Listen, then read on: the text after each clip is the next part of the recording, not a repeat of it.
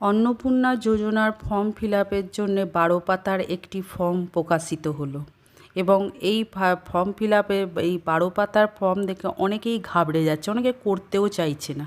তার ভেতরে যেগুলো আছে সেগুলো ডিটেলস আগে আলোচনা করি, তাহলেই বুঝবেন যে কেন অনেকে ঘাবড়ে যাচ্ছে, করতে চাইছে না।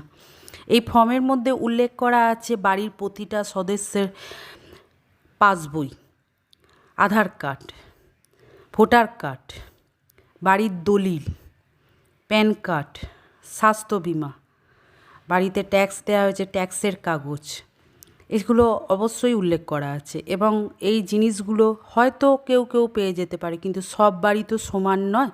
সাধারণ মানুষরা সবাই যে এই সব দিতে চাইবে তার তো কোনো মানে নেই।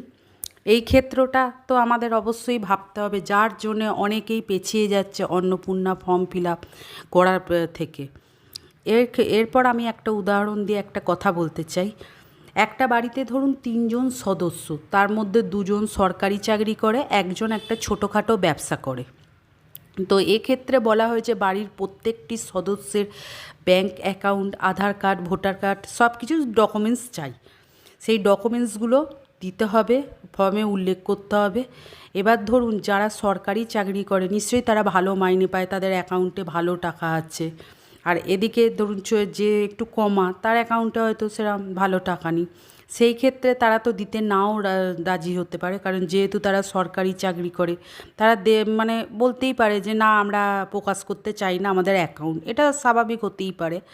কিন্তু যা একটু কমা, তার স্ত্রীর জন্যে যখন অন্নপূর্ণা ভাণ্ডারের জন্যে যখন ফর্ম ফিল আপ করবে, সে তখন একটু বেকায়দায় পড়ে যাবে যে কীভাবে জোগাড় করব। তাদের ওই ফর্মগুলো যদি না পায়, তাদের ওই ডকুমেন্টসগুলো না পায়, তাহলে তো ফর্ম ফিল আপ করা হবেই না।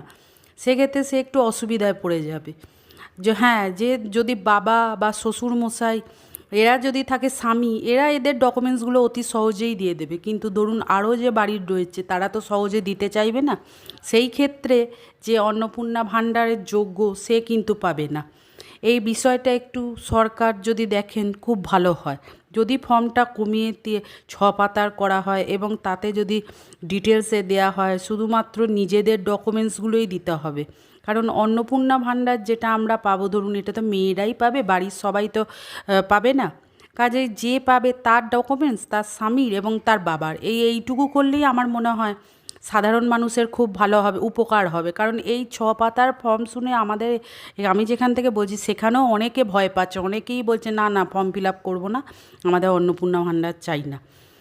এই যে ভয়টা তাদের মধ্যে ঢুকে গেছে, সেই ভয়টা থেকে বেরিয়ে আসার জন্য যদি 6 পাতার সংক্ষেপে একটি ফর্ম তৈরি করা হয়, তাহলে আমার মনে হয় সাধারণ মানুষ এবং গরিব মানুষরা খুবই উপকৃত হবে। আর একটা কথা, বাড়ির দলিল চাওয়া হয়েছে।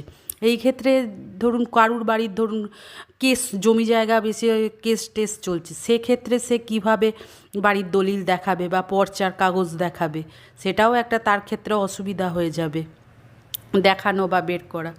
এটাও একটা ভাবার বিষয় আছে, যার জন্যে আমাদের মনে হয় যে এই বিষয়টা যদি মুখ্যমন্ত্রী এবং অগ্নিমিত্রা পল একটু ভেবে ফর্মটা যদি ছোটো করতেন খুব ভালো হতো। কারণ যে পরিবারের একটু কমা, তার স্ত্রীর পাওয়ার ক্ষেত্রে একটু সুবিধা হতো আমার মনে হয়। তবে এই যে 12 পৃষ্ঠার যে ফর্মটা মানে চালু হয়েছে, এই ফর্মটার মধ্যে যে গুরুত্ব অনেকখানি আছে সেটা আমরা কিন্তু বুঝি। এই যে এটা হয়েছে, এটা আমরা ওনাদের সঙ্গে একমত।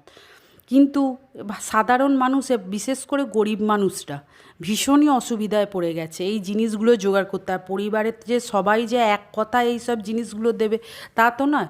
তারপর ধরুন পাড়ার যারা সব আছে মাতব্বররা, যারা বলবে যে এই ফর্মটা আমরা ফিল আপ করে দেবো, বেশ মোটা টাকার অ্যামাউন্ট নিয়ে সেই ফর্মটা ফিল আপ করে দেবে, এরকমও এক শ্রেণীর মানুষ আছে।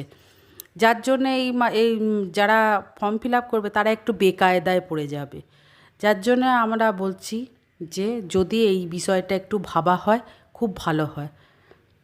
অনেক জায়গায় তো শোনা যাচ্ছে এই ফর্ম ফিল আপকে কেন্দ্র করে অনেক ঝামেলা হচ্ছে, ঝুট ঝামেলা হচ্ছে। তো আমরা চাই না যে কোনো রকম ঝুট ঝামেলা হোক, শান্তিপূর্ণভাবে ফর্মটা ফিল আপ করা হোক।